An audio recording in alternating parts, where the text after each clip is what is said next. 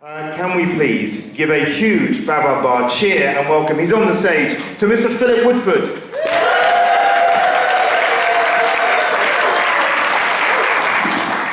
Actually, I'm going to start with a bit of song. Thank you for the bit.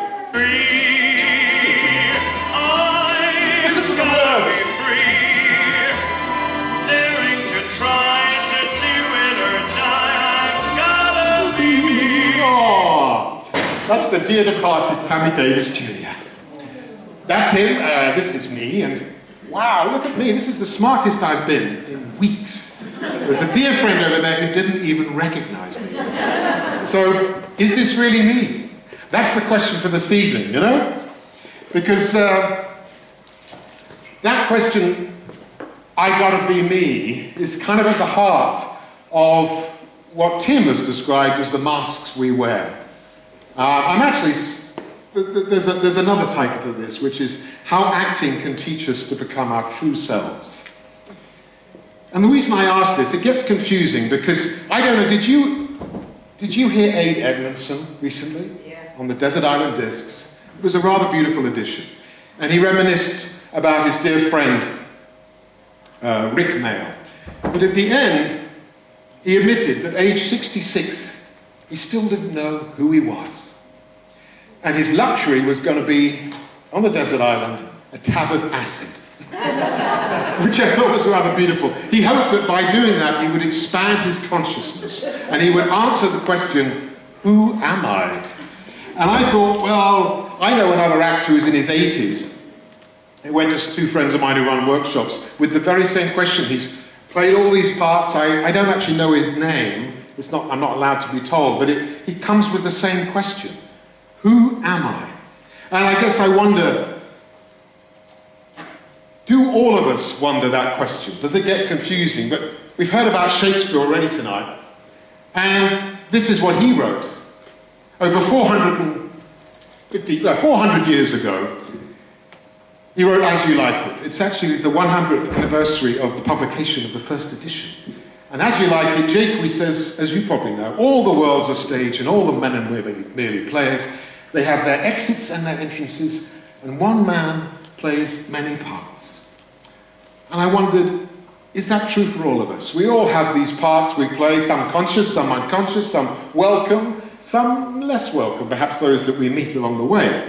Does it matter if we really find out who we are? Well, that question was prompted by, I don't know if you know a book called The Regrets of the Dying. A lady in Australia called Bronnie Ware, she interviewed some people at a hospice, and she asked them that question. And these regrets, one of which was, I wish I'd spent less time at work, more time with my friends, but one that particularly interested me was, I wish I had the courage to live a life true to myself, not the life others expected of me. True to myself. So it begs the question, who is the me that is living this life? And who are these others that expected something different of me? I guess it's parents, families, teachers, bosses. I know that I lived a life once upon a time as a lawyer because my dad had wanted to be a lawyer. He died when I was young. So I thought, oh, I'll live the life that he would have liked to live. And then I reached a point where I thought, this is not for me. This isn't me. And actually, in London at the time, there was a play called Whose Life Is It Anyway? I don't know if you know that play. It's a lovely play. And that question bugged me. Whose life is it anyway? So what I did, I used to skip up the High Holborn to a drama studio at Covent Garden, and there I got to find out a bit more of the parts that I really wanted to play. And what's more, I got to dare to express some feelings. They don't do that much in the lawyer field. And coincidentally, that was one of the other regrets of the dying, was I wish I'd had the courage to express my feelings. And I kind of wondered, what stops us? What gets in the way? And Bronnie Ware, she says they suppress their feelings to keep the peace with others. They settled for a reduced existence, never became who they were truly capable of becoming. And this may be the more controversial bit. She says, Many developed illnesses relating to the bitterness and resentment they carried as a result. That's kind of tragic, I think. That we weren't given that space, this trapped energy. James Joyce wrote about a character called Mr. Duffy, who lived a short distance away from his body. And I've known a few people in my life who live a short distance away from their body. And that's where we feel stuff. But maybe only the acceptable things are allowed to be felt. Matthew Arnold, a 19th century poet, wrote a beautiful poem, an excerpt of which is this, From the Buried Life. The nameless feelings that course through our breast, but they course on forever unexpressed. And long we try in vain to speak and act our hidden self. And what we say and do is eloquent, is well, but 'tis not true. So why aren't we sharing it? Anne Sexton, a beautiful poet, won a Pulitzer Prize. She had a stab at this. She said, "I fear I will be ripped open and found unsightly." Unsightly. This idea that we'll be humiliated or rejected, unwanted, unwelcome. And so we push that down, we bury it. And there's a risk, a danger, that we meet the end of our lives, not being able to really bring our full self, and on our gravestone might be written, "Safe at last." It's a bit of a grim thought. What do we do instead of that? Well, we shrink to fit. To fit in. We play these other roles. I think what happens is that we get shamed from a very early age. Because we delight in children when they arrive in the world. It's like, oh, look at all this vivacity and delight and joy and pleasure. And then they get to a point where, oh, hang on, that's enough. Shh, off you go. Don't cry, baby, all that kind of stuff that you get to hear. And I don't know who else is in the audience today, but there's probably quite a few baby boomers, Generation X, even Generation Y or Z. Well, those of us who are of a certain age grew up with parents and grandparents who'd lived through 2 world wars. And there was a slogan that was certainly true in our family, saying, "Keep calm and carry on." And that kind of weighed upon me. Why? Why do I have to keep calm and just carry on? I think what that actually meant to say was, keep yourself hidden. And what do we do? This is the bit that Tim has put in the title. We do that by wearing the masks. And this is an example of Greek theatre, of course. And they put on masks, ironically, to express the emotions of the characters. But what was once a theatrical device, I think, has become a lived experience. We mask our vulnerabilities and our pain and perceived weaknesses. And like Mr. Duffy, we learn to dissociate from those uncomfortable feelings. What happens is we project a pretense and hope that others see us as happy. And actually, this is actually reinforced by our consumer culture, don't you think? If you're unhappy, go buy something, go eat something, go drink something, go fly somewhere. And that'll be okay. But what I wanted to say was, actually what some people do, and you may have noticed this at sports grounds, is they put these masks on together with costumes. And I delight in this, unless you go to Lord's cricket ground where you're not allowed to do this stuff. But there's this great joyous expression through the protection of the mask. We can delight and play around. But what gets missed in all of this, and this is what theatre can bring to us, is the tragedy. That's what theatre does, is we get to hold the polarities, the opposites. And you know, Laurence Olivier, he spoke in an interview that I was reminded only yesterday. I don't know if you know, Kevin Spacey spoke at the Oxford Union. And he was reminded of this quote. Laurence Olivier said, "Theatre can tell the secrets and knowledge of the human heart." And he went on to say, "It's vitally important that the world knows itself." And that was true in the 70s, and it's certainly true now. We don't really know who we are. we won't wrestle with the polarities that theatre can provide. The ups, that life is full of paradox, up and down, night and day, light and shadow. That's what we have to hold. Theatre would be a dull place if it avoided the contrast. It's what makes it compelling. Drama needs conflict to be interesting. And so theatre was prepared to delve into those areas that are hidden. Albeit an actor will wear that mask and then hopefully leave it behind when they step off the stage. But as I say, the contrast is pretty critical. So this dark side is an essential part of entertainment, and we love it. But I sometimes wonder whether theatre is sometimes more honest and more real than real life. There's a thought. But we do certainly love to explore our villains, the dark side of those. And here's a few suggestions. This is one that I remember from childhood. There is Goldfinger and our dear Sean Connery, and I don't know if anyone remembers that scene. He says, "You expect me to talk?" And Goldfinger says, "No, Mr. Bond, I expect you to die."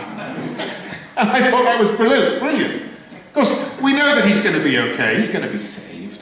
But I also quite was amused at the same time in that life, in my early life, that the actor that played that, I think his name is Gert Fruber, he also played Baron Bombhurst in Chitty Chitty Bang Bang.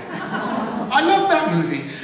And you know, he played this bombastic Baron, do you remember?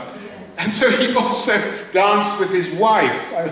You're my little coochie coo, my oochie coochie woochie coochie coochie coo. I remember all that.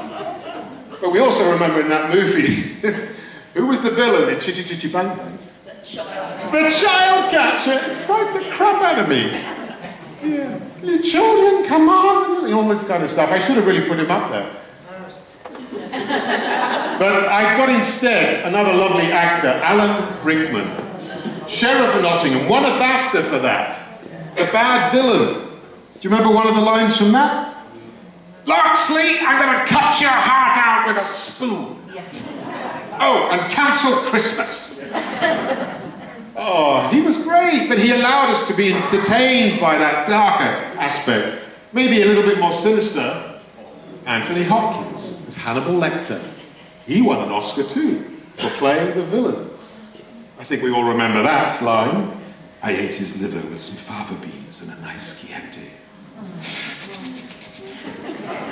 Yeah, he freaked us all out. But then more recently we've had Joaquin Phoenix playing the Joker. He won an Oscar too for playing those extremes. One of his lines is, "I used to think my life was a tragedy, but now I realize it's a fucking comedy." Thank you for that line. But that was pretty desperate. I mean, there's a new one coming out, but that's the kind of place that he went. And lastly, there's this guy, who also won an Oscar.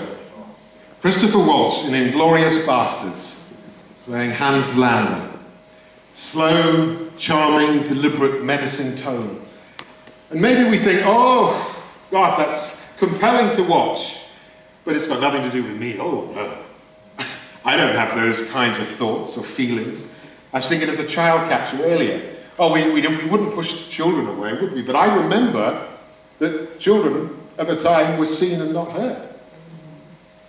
So the point about this is that if we don't explore, we kind of give it to theatre and cinema to explore these darker shadow sides.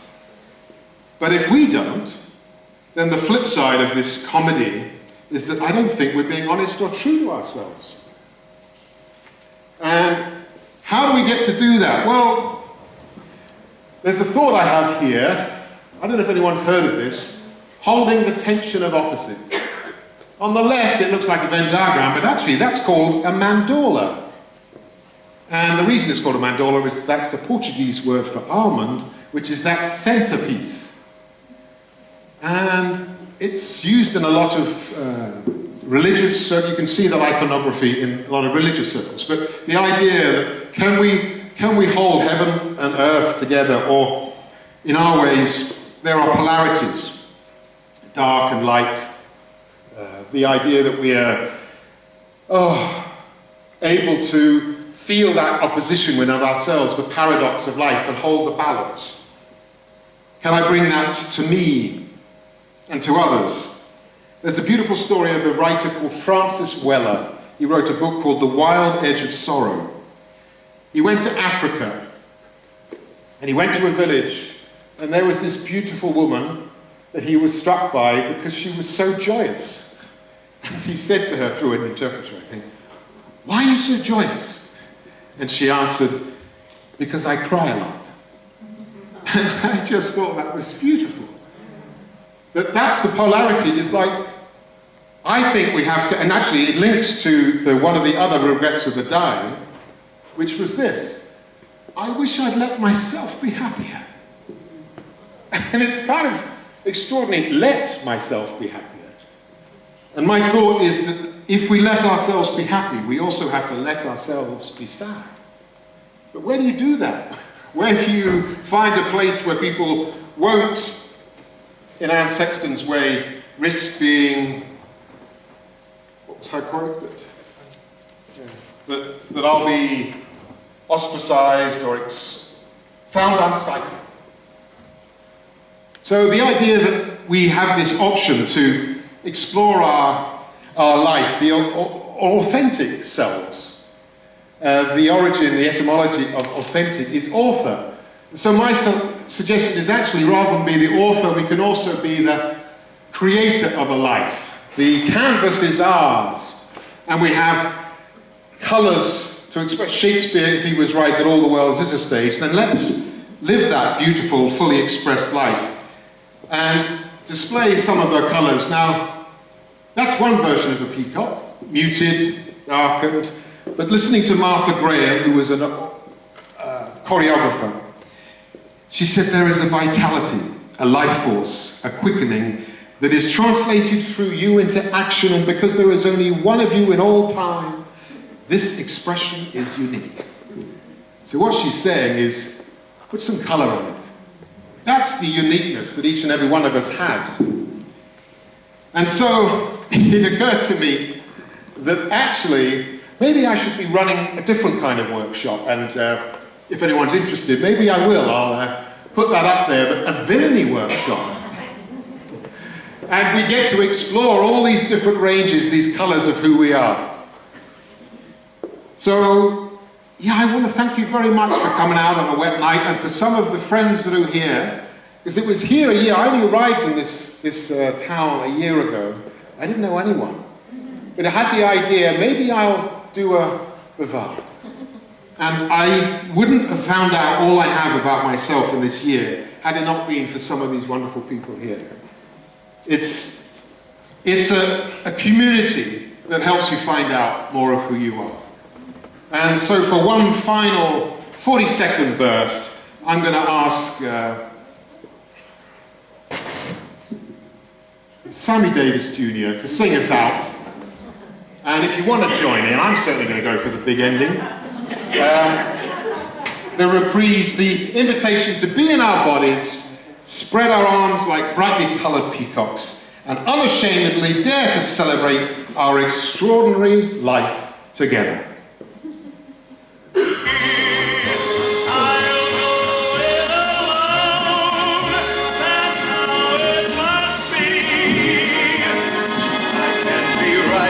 Somebody else, if I'm not right for me. Be free to whatever you want. Be free. I'm just gonna be free. Daring to try and do or die.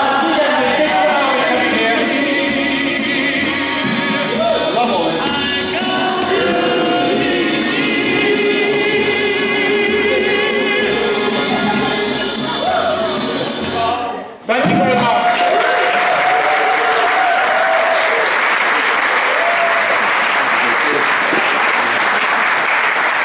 Excellent. Philip Woodford.